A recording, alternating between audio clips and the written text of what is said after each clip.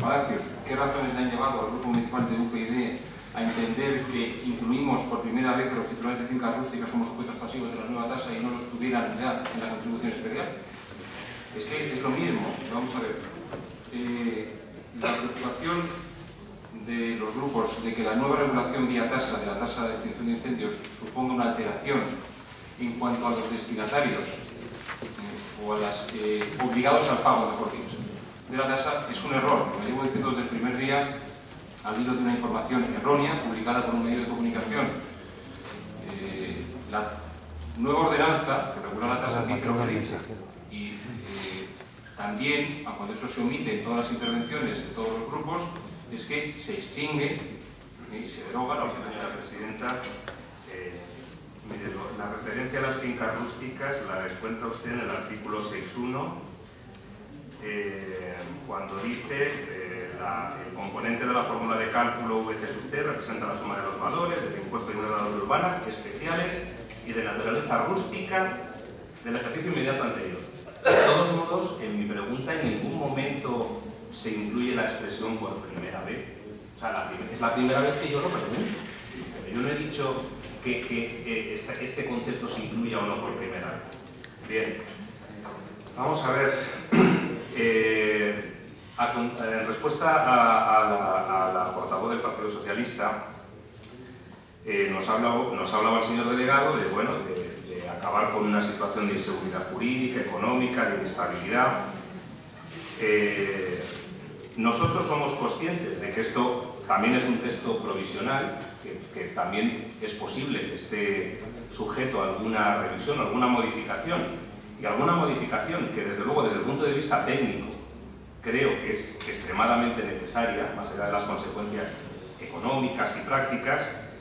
Y asimismo, antes de hacer una serie de precisiones que le voy a hacer a continuación, también quiero que se sepa que desde parte del Grupo de Unión, Progreso y Democracia, este tipo de preguntas no suponen ningún tipo de acoso ni incidir en la respuesta tan contundente y un poco casi airada que el señor delegado dio a ese medio de comunicación, que reconozco que, bueno, pues la verdad que la nota contenía unas ciertas imprecisiones.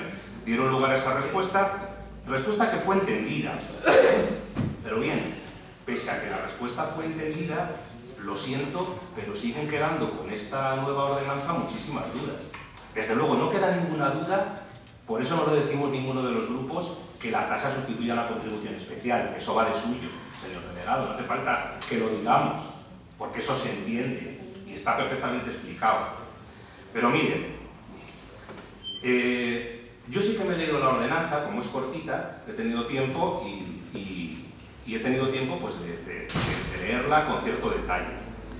Una primera cosa que me llama la atención es pues, la profusa motivación, la abundancia de jurisprudencia en relación de los principales elementos de este nuevo tributo, ¿no? Se hace una especial hincapié en la procedencia de la tasa en sí, como un tributo asociado al mantenimiento de un servicio, nada que decir, correcto. Se hace un especial esfuerzo también por explicar a la ciudadanía que la expresión del millón, se solicite o no la prestación directa, es algo que quizá a la gente le cuesta más entenderlo. También se explica razonablemente bien, nada que decir desde un punto de vista técnico. Y lo mismo en cuanto a los elementos, en cuanto a los límites del coste del servicio y demás, que han sido perfectamente explicados en cumplimiento de la ley. Tampoco nos ofrecen en ese sentido ningún tipo de cuestión ni de problema. No nos ocurre ya lo mismo, y no lo vemos tan claro, con el concepto del sustituto, y pese a la cita literal que hacen de esa sentencia del Tribunal Supremo, que por supuesto compartimos en cuanto a las tres características que designan al sustituto tributario, pero, perdóneme, pero modestamente no cierran totalmente el círculo en cuanto al contribuyente y al obligado tributario, porque de alguna manera el sustituto, que es un concepto regulado con carácter general en la general tributaria y en todas partes, no soporta la carga tributaria. Es decir, el sustituto es el obligado principalmente a satisfacer el tributo, etcétera, pero nos sigue manteniendo, o sea, nos sigue creando dudas quién soporta la carga tributaria. Señor Sí, con su permiso, Presidenta. Con esto voy a cerrar simplemente con un par de preguntas. En primer lugar, y a ver si me contesta ya en la réplica, le preguntaba que, o sea, ¿a quién beneficia esto? O sea, es decir, ¿pretende el Ayuntamiento obtener más recaudación con el incremento de la nueva tasa? Y esto es sí o no, porque es que no nos cabe en la cabeza que en un área que, en fin, trabaja razonablemente bien, en este momento se haga este salto, se introduzca esa tasa con el revuelo social que ha generado y demás. Y estas son las dos preguntas y con eso termino, señora Presidenta. Espero que al haber retirado la anterior se me concedan 30 segundos de gracia. Se le conceden 30 segundos de gracia, pero no por haber retirado la anterior. Bueno, se lo agradezco, señora Presidenta. La cuestión es que es cierto que se regula con mucha prolijidad el hecho imponible y está clarísimo. Se regula con mucha prolijidad el sujeto pasivo y está clarísimo. Y el sustituto está claro, pero claro, uno solamente tiene motivos para creer las palabras del señor delegado cuando va a las normas de gestión y ve que solamente se habla de las aseguradoras cuando hablamos ya de la gestión propiamente dicha del tributo. Eso, humildemente, al que le habla, me parece que esto queda un poco cojo. Queda un poco cojo técnicamente y debería. O sea, no sé por qué se utiliza una fórmula de cálculo, además asociada a los valores catastrales, y finalmente las dos dudas antes de que me quite la palabra la señora Presidenta. El que no tenga seguro